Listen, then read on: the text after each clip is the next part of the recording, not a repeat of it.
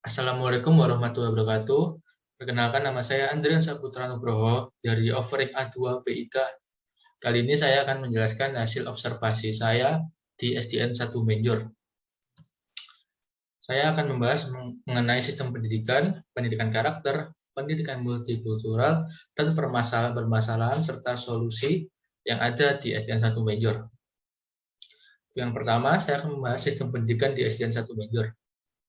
Sistem pendidikan di SDN 1 Menjor menggunakan sistem pendidikan nasional yang berbasis dengan kurikulum K13 dengan muatan-muatan yang berbeda tiap mata pelajaran. Lalu juga disesuaikan dengan karakter dari tiap peserta didik yang bersekolah di SDN 1 Menjor. Lalu dikarenakan lokasi SDN 1 Menjor berada di desa, sehingga pengembangan pendidikannya jauh lebih ketimbang yang ada di kota. Dan tujuan dari sistem pendidikan ini adalah terlaksananya pendidikan efektif dan multidimensional, serta mengembangkan kemampuan siswa, yaitu kemampuan 4C siswa, yaitu collaboration atau kolaborasi, lalu communication atau komunikasi, lalu creativity atau kreativitas, dan critical thinking atau kemampuan berpikir kritis. Lalu yang kedua, pendidikan karakter. Dalam pendidikan karakter yang ada di SDN 1 Menjor, itu ada banyak. Saya di sini mengambil 4 pendidikan karakter. Yang pertama, kebersihan. Di SDN 1 Menjor sangat menerapkan kebersihan, yaitu dengan mengajarkan kepada anak didiknya menjaga kebersihan dengan piket dan cuci tangan. Lalu yang kedua, ada kedisiplinan.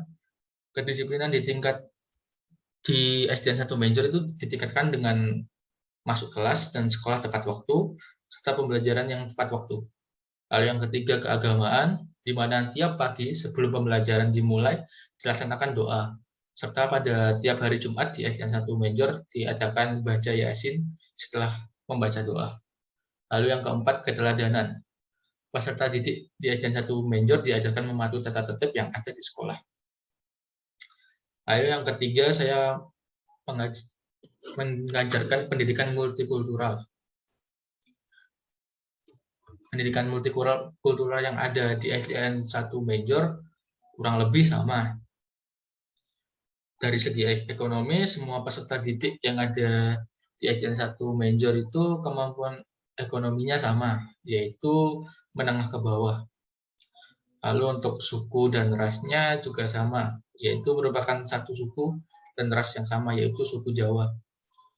Lalu untuk penggunaan bahasanya juga sama, yaitu semua peserta didik menggunakan bahasa yang sama, yaitu bahasa Indonesia dan bahasa Jawa. Lalu demikian juga di agamanya. Agama di semua peserta didik dan bahkan pengajar juga menganut agama yang sama, yaitu agama Islam. Lalu yang terakhir, permasalahan dan solusinya. Untuk yang pertama, permasalahan di sistem pendidikan. Kurang lebih di SDN 1 Menjor terdapat 2 permasalahan, yaitu pembelajaran secara daring tidak dapat terlaksana dikarenakan tidak semua peserta didik memiliki handphone ataupun laptop. Lalu dalam awal pandemi, para pengajar harus mendatangi peserta didik satu persatu. Lalu menurut saya solusi dari permasalahan tersebut adalah pelaksanaan pembelajaran dilakukan tatap muka dengan pembatasan serta protokol yang ketat. Lalu yang kedua, permasalahan di pendidikan karakter. Saya mengambil 2 permasalahan, yaitu yang pertama kemalasan peserta didik dikarenakan belajar di rumah, sehingga para peserta didik malas dalam belajar di sekolah. Lalu yang kedua, kenakalan peserta didik dikarenakan lingkungan di rumah yang tidak dipantau orang tua, karena orang tua peserta didik sibuk bekerja, yaitu kebanyakan ada yang bertani dan menjadi buruh. Lalu solusinya yaitu salah satunya seminar pendidikan karakter pada para orang tua peserta didik untuk mendidik anak-anaknya.